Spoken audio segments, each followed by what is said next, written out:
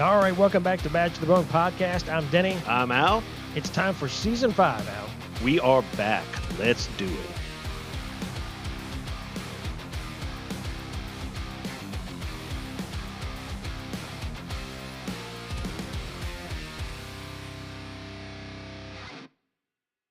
Hey, Al.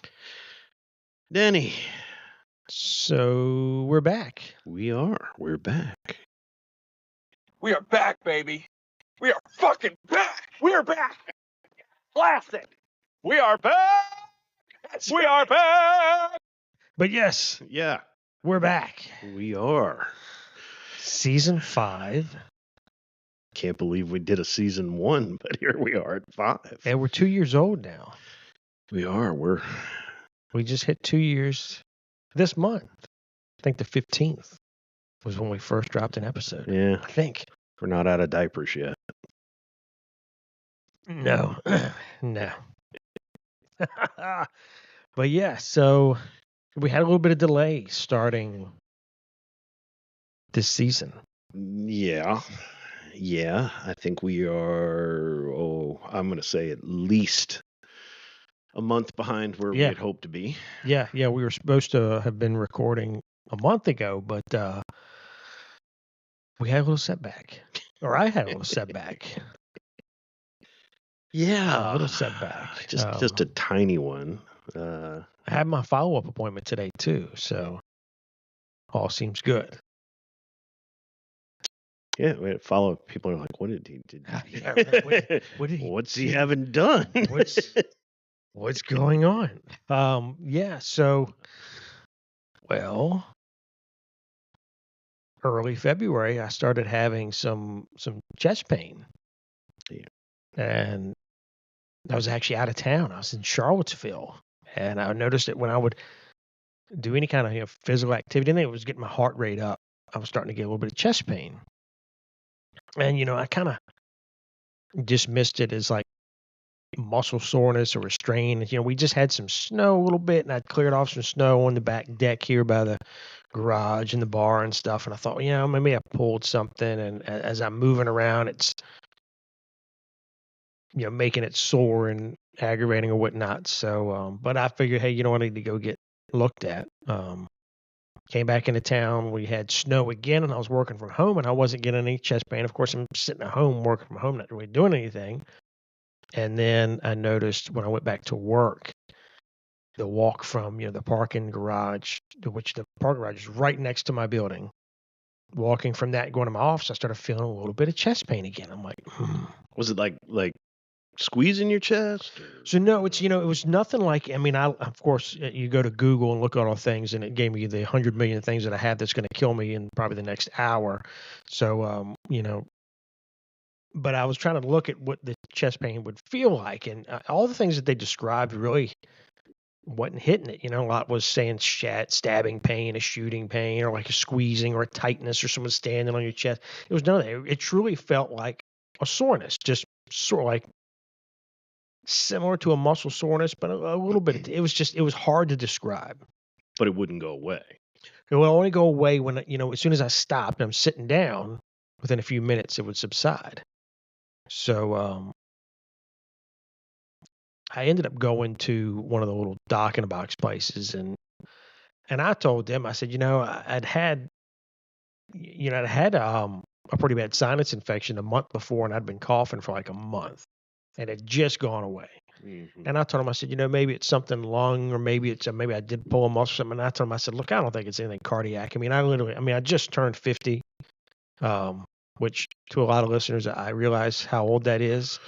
But yeah, I'm not a smoker, not a heavy drinker. I'm not overweight. No, in fact, you might actually be under. I don't have anything that would be an indicator of having a cardiac issue. So they ran some blood work and everything looked fine. They did an EKG. EKG looked fine. I'm sorry, they did not do an EKG. They did an X-ray. They did a chest X-ray. Everything looked fine. Gave me a Z-Pack. Said head on down. If you still feel it again, you either go to the ER, come back. So I did, and that was on Friday. The following Friday of the weekend, I was having chest pain, and then I'm home and I'm kind of getting the dogs fed and getting them outside and kind of walking around back and forth, and I started getting some really bad chest pain, like bad. Like describe it. Kind of the same thing, like a soreness, but it was But bad, like I need to sit down. Sit This down hurts bad. like shit. Yes. That it was, before I was feeling more on my left side. This time was kind of more bilaterally, left and right. But it was like I need to sit down because it hurts. And I sat down and it wasn't going away. And then I got kind of concerned that it wasn't subsiding like it normally does. And my wife got home from work, and we had just gotten pizza. The boys are here. We're going to do some pizza with them for dinner. And she walks in the door, and right when she walks, I said, I think you need to take me to the emergency room. And she's like, Which let me pause you there. Anybody anybody that knows, well, hell, let's just cops. You're exactly right. Middle-aged men in general. And Denny specifically knows that you've pretty much got to be riddled with bullets and set on fire before somebody, probably unconscious before I'm Yeah. going to the hospital. I think I need a Band-Aid. Yeah. Hey, give me a Band-Aid and a glass of water. Yeah, I'll walk it off. It'll be fine. So you're absolutely right. If I say, and she knows that. So it's like, you could see she kind of gets this, okay, what's going on? I tell the chest pain. She's like, okay, let me get the boys straight. So she's kind of getting them straight. And then the oldest boy comes up. He said, hey, you want to eat like a piece of pizza before you go? Because once you get there, you're probably not going to be able to eat anything. And I was in so much pain. I was sitting on the couch and I was like, I don't want anything. He's like, you sure? And he's trying to look out for me, which he was correct. And I'm like, no. And then, she's getting ready. And finally I walk up to her. I said, look, it got so bad. I said, we either need to call the ambulance or we need to get out the door right now. So his answer to the heart attack was pizza. right. And to make it even better, you know what kind of pizza it was? It was Meat Lovers pizza.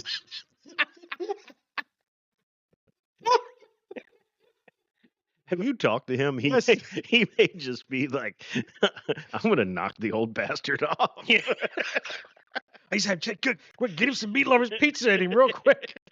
He ain't making it to the ER. Oh, yeah. Want to wash it down with a little bacon grease while you're there? He smoked his cigarette on the way. Pack of Marlboros before you hit the ER. You'll be fine. Here's a pack of Marlboro Reds and a slice of Meat Lovers pizza. Don't die, old man. I didn't think about it. Maybe he was just like, what, that's it. This is his time. But is there anything in there? I'm looking around the garage. He hasn't been eyeing the Mustang recently. He could have been eyeing the Shelby. Oh my gosh. Oh God. Okay, carry on. So yeah, but I mean, bless him. He was thinking about that. I'm not gonna eat and be starving, but chest pain. I think I'm having some chest pain. Here's a slice of Meat Lovers pizza for you. Until we sat down to do this tonight, you hadn't told me that. It's the funniest. It's funny now thinking about it back. I really didn't think about that a whole lot and give that a whole lot of thought. Oh, people are listening to this going, they think it's funny. I don't get it. I'm gonna say that for those who want to remain heart healthy, the Meat Lovers pizza is probably not the best choice. Particularly during a cardiac incident.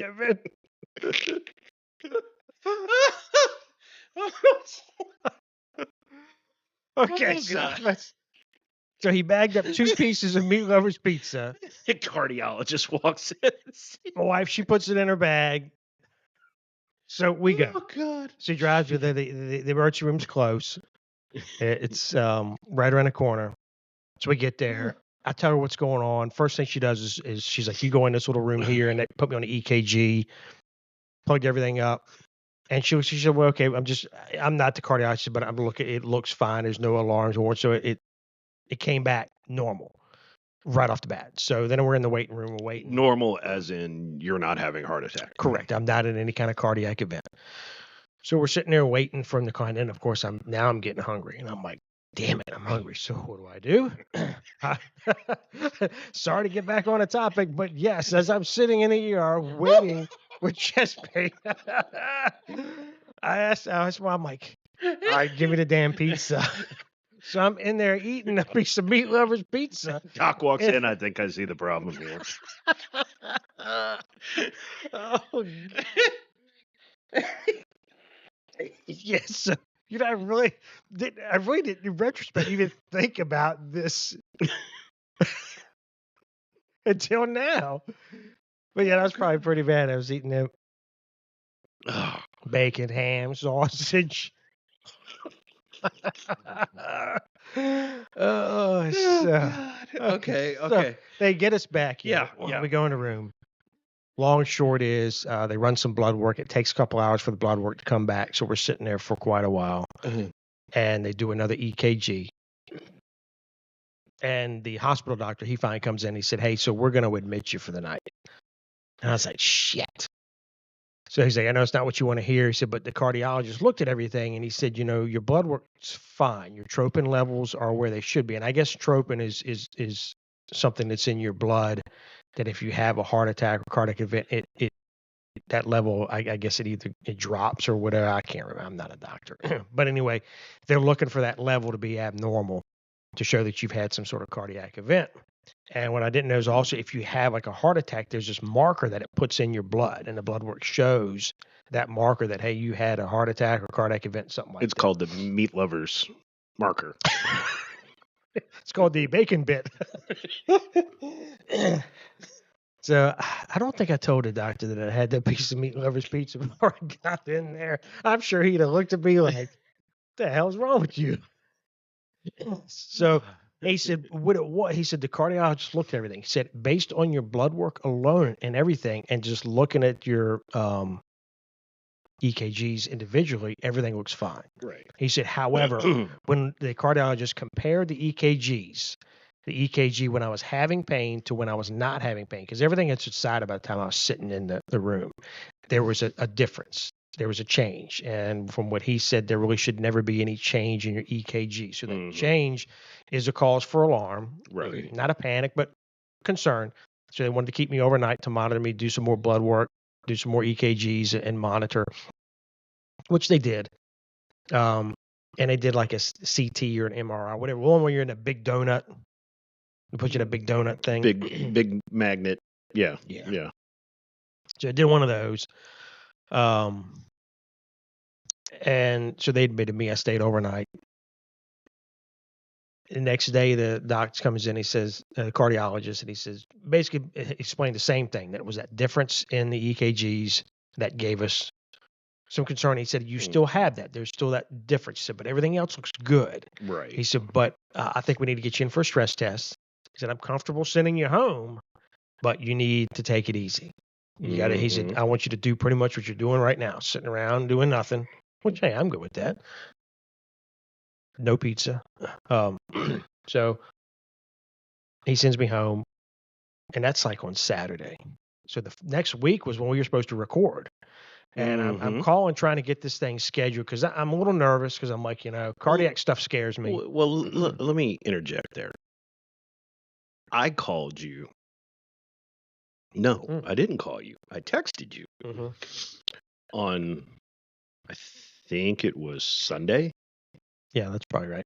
And hey, blah, blah, blah, blah, blah. Business. And you're like, yeah, I'm in the hospital. The hell?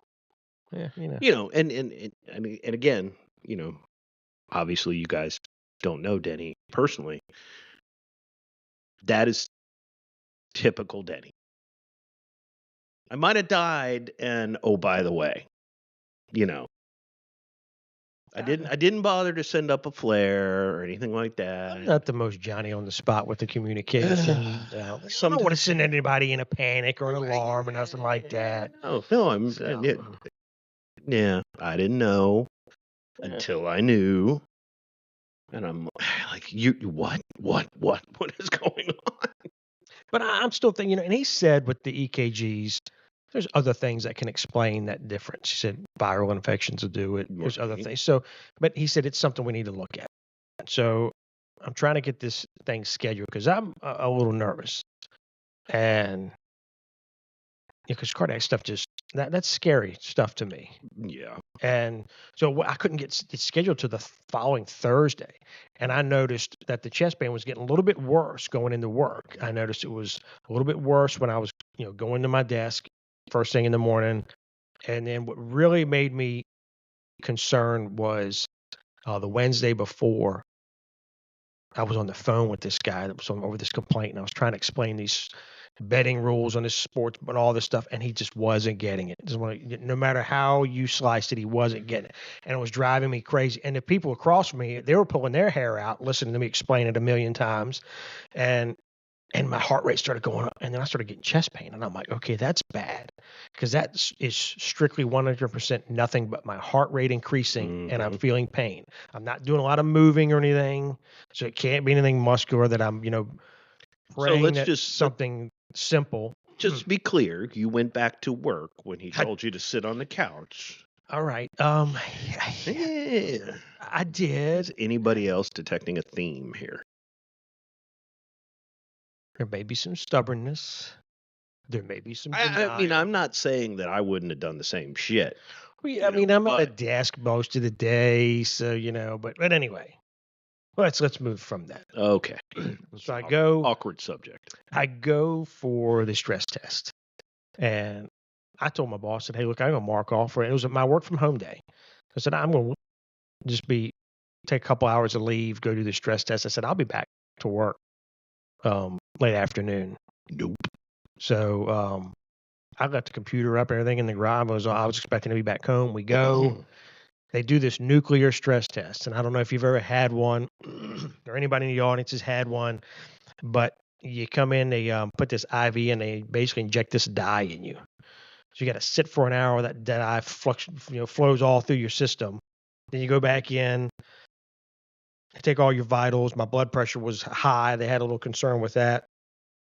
And they hook you up on all your heart monitor stuff. You got a million sticky things all over me. Yeah, that would set my blood pressure up. Yeah, and then you get you on a treadmill, and it starts off slow. You're walking. The target is 140 beats per minute. That's what they want to get you to. So as you walk for a little bit, it'll get a little faster. It'll start getting on a little incline.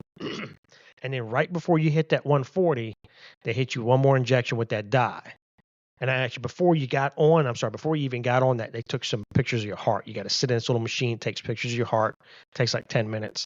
Then that's when they get you on a machine. Then after that, they get you off the machine, put you back on the pictures, sit there for about another 10 minutes or so, and they take more pictures, and they look at them. Well, as I'm going, right as I get to, just as I'm breaking 130 beats per minute, I started feeling chest pain. And I told her, I said, I can feel chest pain coming. She said, okay, you all right? And I'm like, I'm all right. But I'm feeling some chest pain. And right when I got to the 140, she hits that injection, and they turn it on the cool down where you just sort of slow walk. I was feeling a lot of chest pain, and I was like, shit, that's not good. And I could hear one of the doctors looking at the EKG, and she was talking to the other girl there, and I could hear her talking. She said she could see how my EKG changed when I started feeling that chest pain. So I go back and do the pictures. Done. As I'm starting to sit up, one of the cardiologists walks in. He starts asking me questions. Describe your chest pain. How long has it been going on? When are you noticing the onset? And then I knew something's up. Mm-hmm. So he said, basically, your stress test was abnormal. He said, basically you failed. He said, so we're going to put you back in the hospital today. And he's going to put you in a back room over here. We're going to get your wife, and then we're going to get you we're hopefully going to get you directly admitted to a room, and hopefully not have to go through the ER. So he sits me down. We talk. He asked if I'm having chest pain at that moment. I said, no, it subsided. He said, okay, well, I'm comfortable with you riding over there, your wife taking you over, but you got to go straight there. Mm-hmm. Don't go anywhere else. Don't go get a lunch. Don't go get a meat lover's pizza. So go straight there. So, of course, and then I'm asking, and he said, we're going to admit you, and we're going to do a heart cath first thing in the morning. Well, man, I hit panic mode then. You start talking about medical procedures, that stuff freaks me out. You start talking about heart cath going in, going all up to my and oh, so he's like, "You're fine." He said, and then he was pretty good. He's explaining to me what worries you about it. So I'm like, everything. All of it does. It doesn't sound right. What scares you? All of it. The every bit of it. The point where you started talking and you stopped talking, all of that. So they bring me in. We send me to the hospital. I'm back in the damn hospital. They got me scheduled for a heart cath in the morning.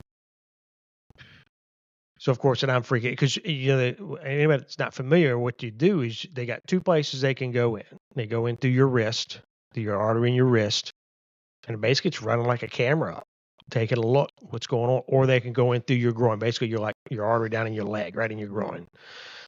So I was hoping for the wrist. That's what I preferred. The recovery's quicker, but that stuff's kind of freaky. They're gonna make an incision. They're gonna go right in your. I'm like, holy hell.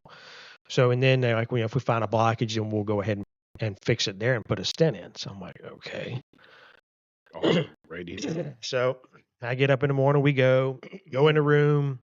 I mean, and I've never had a medical procedure. I've never really spent any time in the hospital. I mean, I went from being like, I think I've only been in the hospital one other time overnight when I had an infection. They had to give me some meds like in my arm, and that was it. So, and this is like a real like operating procedure room. It's all white. All these lights are bright, and I'm like, oh gosh. I mean, I can feel my heart rate going up. They get me on the bed, and they give you some. I forget what the med is, but it relaxes you. It doesn't quite put you completely under. They call it twilight. They said some folks fall asleep. I didn't. I was awake. He was talking to me. So when he went in through the arm, went in through the wrist, and as he went in, he said, "Yeah, we are dealing with a blockage here." And then he's like, he goes, "Well, he's where one of the blockages is." His unfortunately, he said, "I'm sorry, but I'm going to have to go in through the leg as well." So he said, "Because where that is, I need that larger artery in the leg." So I had blockages, and he went in.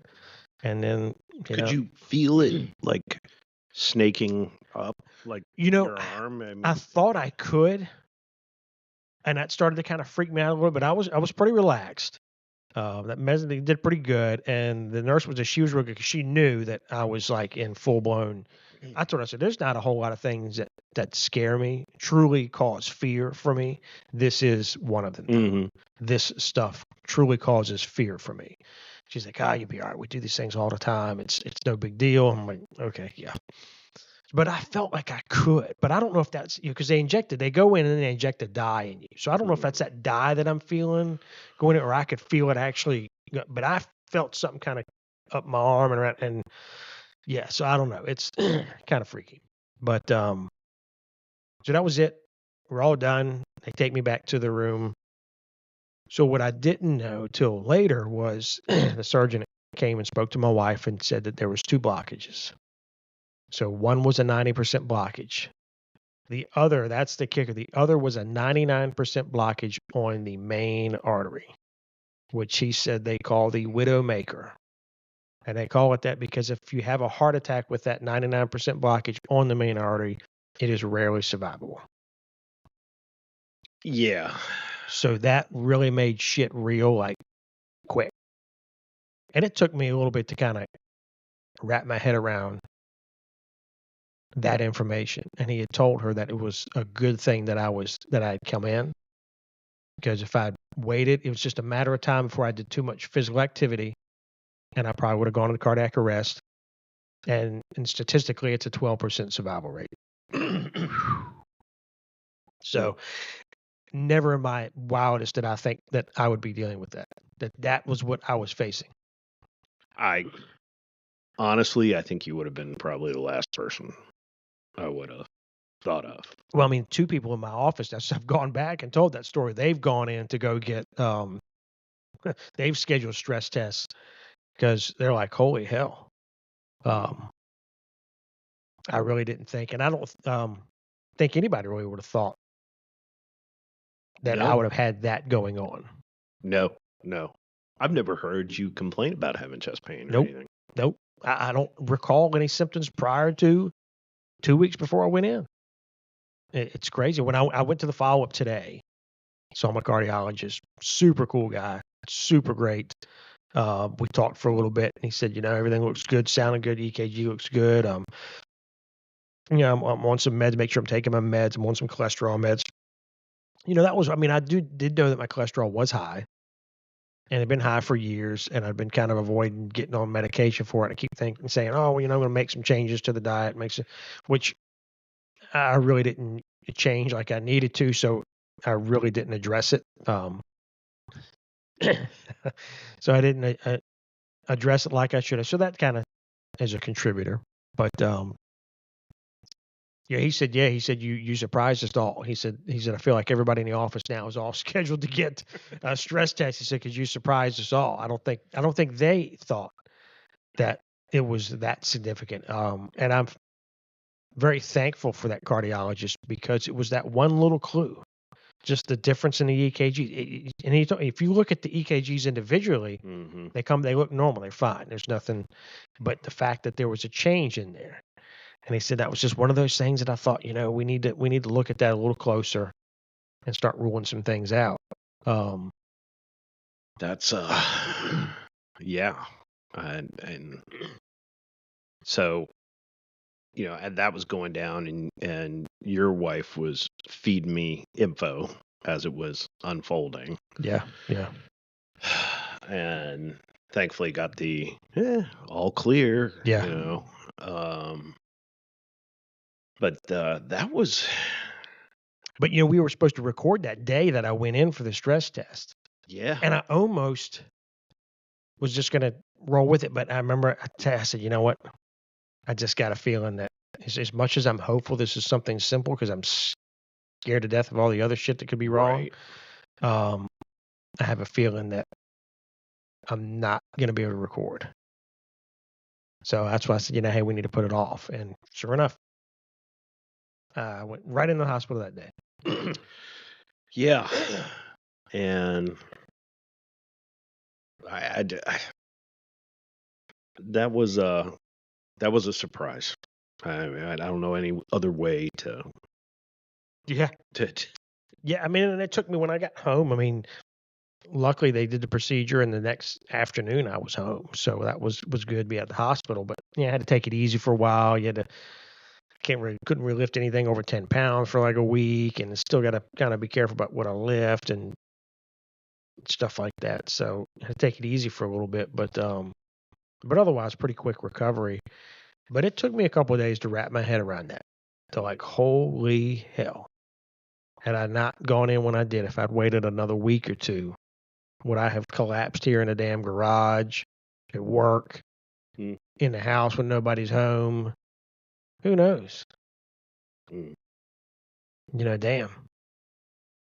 Yeah, and I think by the time my father was my age, he'd had 2. Oh wow. Full blown, 5-alarm heart attacks. Wow. Like straight up 5-alarm heart attacks. That stuff's scary. The first one, I drove him to the hospital. Oh wow. And my father, Mr. Safety, was telling me to run every red light between there and the hospital. And I took him up in my dad's old 72 Super Beetle. Yeah. And but and then of course 2 heart attacks means your heart muscle is fucked. Yeah. And that's ultimately what killed him was congestive heart failure. Yeah. He had a 7-year run of that, and that was it. And that's what the cardiologist said today, that I'm fortunate that because I didn't have a heart attack, I don't have any heart muscle damage.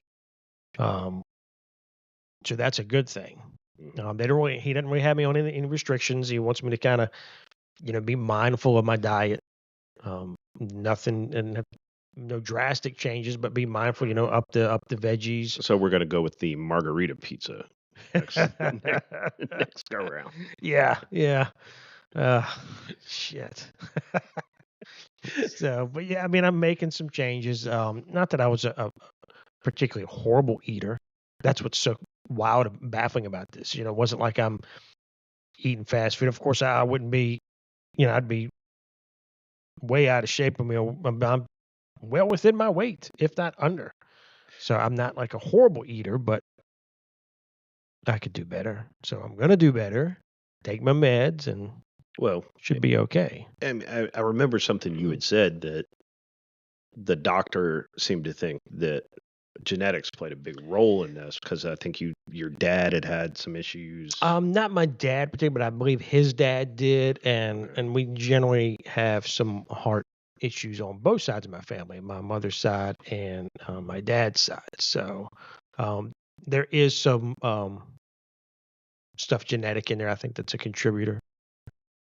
But even still, I think it was still a surprise. I think it seemed like it was a surprise to the cardiologist. I don't think he expected that.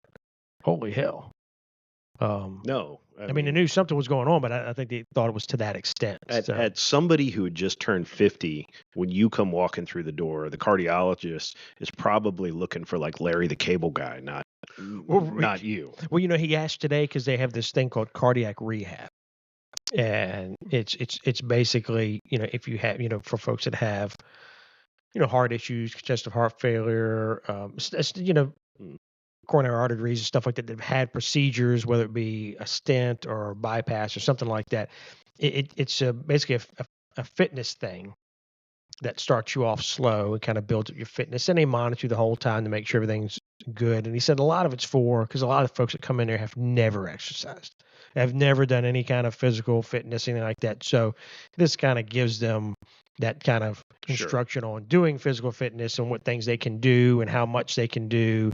And because he was asking if I was going to go, and I'm like, yeah, I'm going to go. And he said, well, it may not be for you. He said, but he said, it doesn't hurt to go. But he seemed to be I could tell he was kind of like, it's not specifically geared maybe for me, but it could be still beneficial for me to do work up some light exercise while I'm being monitored. But he said, you're going to walk in there and there's like, everybody's like twice your age. And 3 times your size. Yeah. Yeah. He said, because it really is for that crowd that really just had some serious heart issues and just have never done any kind of fitness or anything like that to take care of themselves. So, but I'm going to schedule it and go. We'll check it out. We'll see.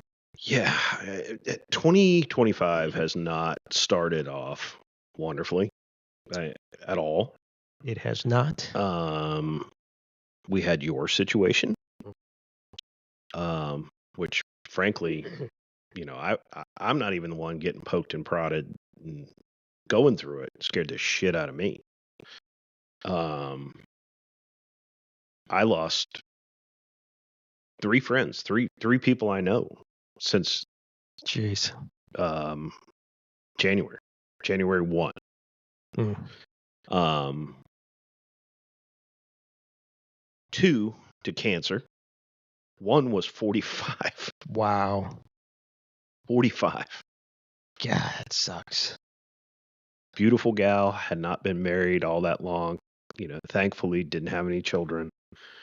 But 45, cancer. That's way Gone. too young. Way too young.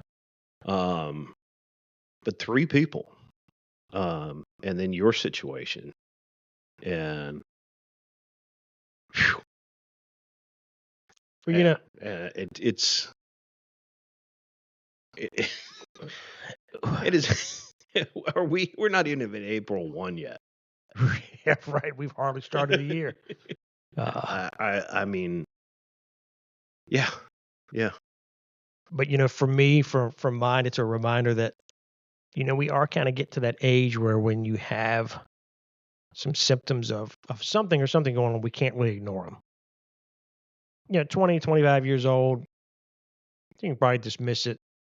I'm not saying that you should, but at that age when you're young and invincible, but we're kind of at that stage where if you're having some symptoms or something's not feeling right, you need to go get looked at.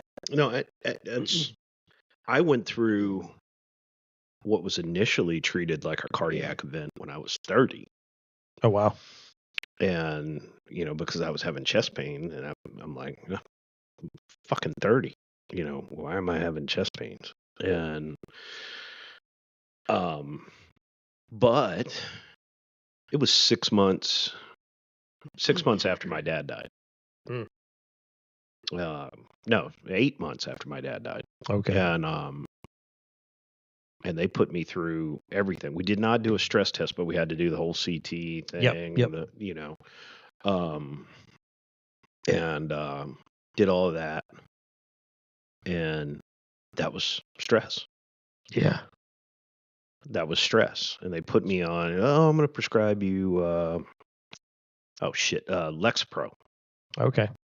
And he gave me like an initial 1 month prescription of Lexapro. I took that shit for like a week. Yeah.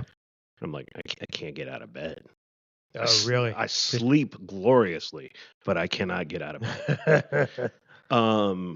And I'm not a morning person to begin with, so it was even worse. Me either. Yeah, that scared me. And then had another incident about 4 years before I retired, where I was having abdominal pain, and they did everything. We did all the tests. I got my colonoscopy early. Okay. Stress. Yep. Yep. They did, ultrasound, CT, colonoscopy, whole 9 years. Stress. Jeez. The job, man. Yeah. It's going to get you one way or the other. Now, the one thing I did when I had the incident when I was 30, I did start popping a baby aspirin at age 30. That's smart. I'm on one now. I started that. So I'm pushing 52, and I've been doing it now for almost 22 years. That's really smart. I would definitely recommend that to anyone. They've got me on a couple things, but baby aspirin is one of them that he said I'll pretty much take forever now. Yeah. Well, my dad's father, he kind of did that. Before it was like even a thing. Right. And he had like a 4-way bypass when he was 80, but he never had a heart attack. Oh, wow. So, I'm like, doctor, can I do this? And he's like, well, you're a little young for it. And he's like, but it's not going to hurt. Right. Yeah. It doesn't hurt anything. It can only help you. Yeah. Now watch, I'll walk out into the driveway after we stop on this. Oh, gosh, don't even. Any other bad shit happens this year, then we're going to cancel 2025 and try to jump right into 2026. But, I would say to anybody that listens to us, anybody that's, we talk about the mental wellness a whole lot. Take care of your physical health too. Do not ignore symptoms of any kind of, particularly if it's chest pain. I'm telling you right now. For those that know me, that hear, they're like, holy hell! It is a shock. And like I said, the cardiologist himself, he said the whole office was. He said, I surprised them all. So, if you're having any kind of chest pain discomfort, get that looked at. Go do the stress test. Go get it looked at. Speak to a cardiologist. It doesn't hurt. But any other, ailments, anything that's ailing you that could be an issue, go get those looked at. And I thought about this a lot when I went to the hospital, that the idea that, one, getting to the age where we kind of got to pay attention to these things, and two, I felt that was a lot that happened with my father, that when he got ill, he waited so long to go in to the hospital, and it was pancreatitis, and there was so much damage done. So they didn't know that he was whether he was going to survive the first surgery. It was real touch and go, and he did, but he ended up having several surgeries after, and but there was just so much damage, and he just never could recover from it. And I think had he got in at a reasonable time or early, it would have probably made the difference. I can't say for sure, but it's a good likelihood. Your dad was over 70. Yep, 72, but still didn't look it. For a guy who had done 42 years on the job, and was over 70, he actually looked pretty good. And he was still super active. Yeah, he was very physical. He did a lot of stuff. He was out. Did a lot of hunting. was in the woods a lot.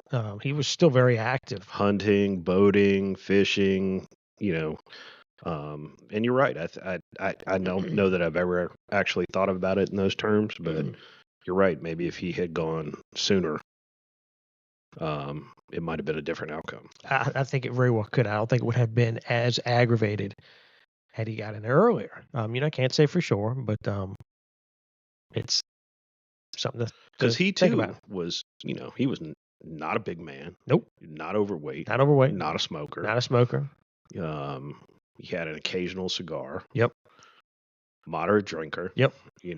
Physically active. Yeah, he didn't have any of the regular kind of precursor stuff that you would see. But you just don't know. So, on taking care of your mental health, take care of your physical health. And for those that are on the job too, I think about that too. Would this have even been worse if I was on the job? Because that added stress. Probably. That will make it even worse. I mean, we've kind of touched on this a couple times, but coming off the job, going into retirement, I noticed my body feeling different. Yeah. It wasn't overnight. Sure. It wasn't the first 6 months. But you do start to feel it. Yeah. And I'm somebody that my stress manifests physically. Right. I don't know if that it happens to you, but generally, but it manifests physically. Like I feel it. I feel it in my chest. Yep. I feel, aches and pains and ailments. Aches and pains and headache and not sleeping right. And it's I think about the 12-month mark. It's the 12-month mark, and then getting back into therapy. Yep. Yeah. And you start to feel changes in your body. I don't know how that works. I'm not a doctor either, but something to also think about for those that are getting out of the job is something that I thought about too, because physical activity and physical fitness is also important to your heart health and your health in general. When I left the job, since I've left, I haven't been nearly as physically active as I was on the job. And, and part of it being, particularly if you're in uniform, you really have some PT built into your day. You work a 12-hour shift, you're wearing 20, 25 pounds of gear. Mm-hmm. And just from just the walking to and from, going in and out of your precinct, going in and out to where you're going to eat and walking to your calls for service, you're walking a good distance with gear on. Mm-hmm. So, and then when you get that call where you got to run after somebody or you got to run quick to something, you got some fitness built into your day. You're getting some good steps with, weighted equipment on you. You get out of the job, unless you consciously do something to keep up your fitness, it can go by the wayside real easy. Unless you're like me, my last few years on the job were sitting at a desk. Well, yeah, and then that's a big point too. For those that have moved to more of a desk position, and then you think about that while you're in uniform and on patrol, you do have some PT built in to your day. Mm-hmm. You move over to a more administrative position or more investigative, where you're, basically at driving a desk the majority of your day, you lose that. So you're going to have to do something outside of work that's keeping your fitness level up. So, no death dogs, meat lovers pizza. Yeah. Ooh, the 7-Eleven death dog. Extra cheese. Yeah, I'm making some adjustments on that. So, yeah. But after a long story over that's kind of how we came to be a little delayed for this season. But we're back at it now. And Al, I think we got some good stuff coming up. I do. We got our first big guest, which I'm not going to reveal. Oh, I was just going to ask if you're going to reveal, because that's coming up next. That's the next episode. I'm not going to reveal, but I will just drop a hint. This is somebody who's fairly big name in terms of law enforcement media, somebody who's in the media space quite a bit. Oh yeah. Somebody I'd wanted on for pretty much since we started. Man, he's such a sharp dude too. Great. I mean, and we've taped this. Yeah, we have. We've already recorded that. And it's coming next. That's the next episode. We could have easily done a 2-3 hour episode. Oh, easy. I'm hoping we get to record more with him. That was God, like I said, we could have talked for hours. But super great dude. It's super sharp. Oh yeah. I mean, just a wealth of information. And just first class all the way. So we have mapped out, I think, what will be a very good season 5. Yeah, we have some good folks coming up. We are very interested in hearing what you guys want to hear. Yeah. You know, obviously we're going to talk about the things that we talk about. We're going to kind of stay on message. But if there's somebody that, hey, talk to this person, hey, talk to that person, we'd like to talk to them. And, you know, we have a couple themes that we map out as we plan our season. And, but I think we got some good guests. We do. And I think we'll be checking in with Bruise Brothers. Oh, absolutely. I think we're going to check in with them. Check in with Greg. Check in with Greg. Yep. And, you know, you never know.